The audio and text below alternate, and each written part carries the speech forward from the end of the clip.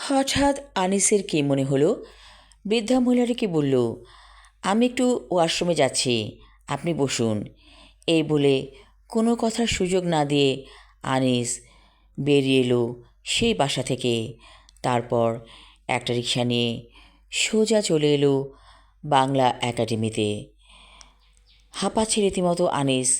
চায়ের দোকানে বসে একটা অর্ডার করলো চায়ের। চাওয়ালা বলল, কত কাপ চা খাইবেন? এই পর্যন্ত 13 কাপ চা খাইছেন, এটা নিয়া 14টা হইব। আনিস চমকে উঠে বলল, আমি এখানে ছিলাম, চা খেয়েছি। চাওয়ালা হাসছে একটু জোরে। সে বলে উঠল, কখন থেকে আপনি এইখানে বসে রইছেন আর একটার পর একটা চা খাইতাছেন? আনিস বলল, আমি তো এখানে ছিলাম না, পুষ্পিতাদের বাসায় ছিলাম। হেড আবার কে? পুষ্পিতা? আপনি চায়ের দোকানে ঘণ্টাখানেক ধরে বসে রয়েছেন, বলে চাওলা। অনেক টাকা বিল হয়েছে, সঙ্গে 2টা বিস্কুটও খাইছেন। আনিস হতভম্ব হয়ে বসে থাকলো চায়ের দোকানে। এমন সময় ওর বন্ধু বাবুল এসে বলল, কী রে আনিস, তোকে সময় দিয়ে আমরা চলে গেলাম, আর তোর সময় শেষই হচ্ছে না, এখানে বসে আছিস কেন?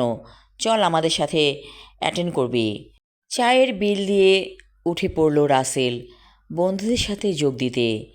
এখন কি কথাগুলো বলা যাবে বাবুলকে? ও কি বিশ্বাস করবে?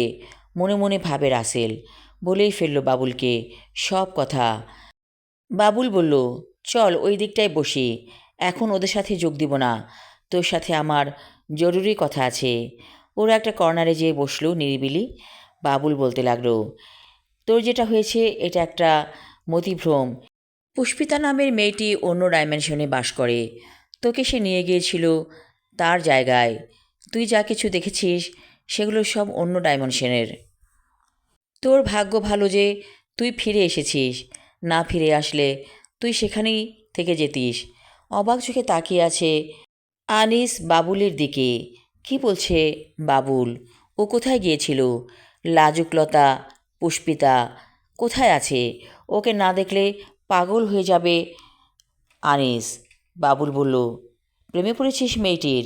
প্রেমে পড়িস না, মেয়েটি কিন্তু অন্য ডাইমেনশনে আছে, এবং তুই যা বললি সেগুলো সব অতি প্রাকৃত ব্যাপার। মেয়েটি ভালো মেয়ে না, এমন একটা কিছু সে করে যা অন্যরকম। আনিস বলল, ঠিকই বলেছিস, পুষ্পিতাদের বাসায় যা কিছু দেখেছি সব কিছু কেমন যেন অন্যরকম।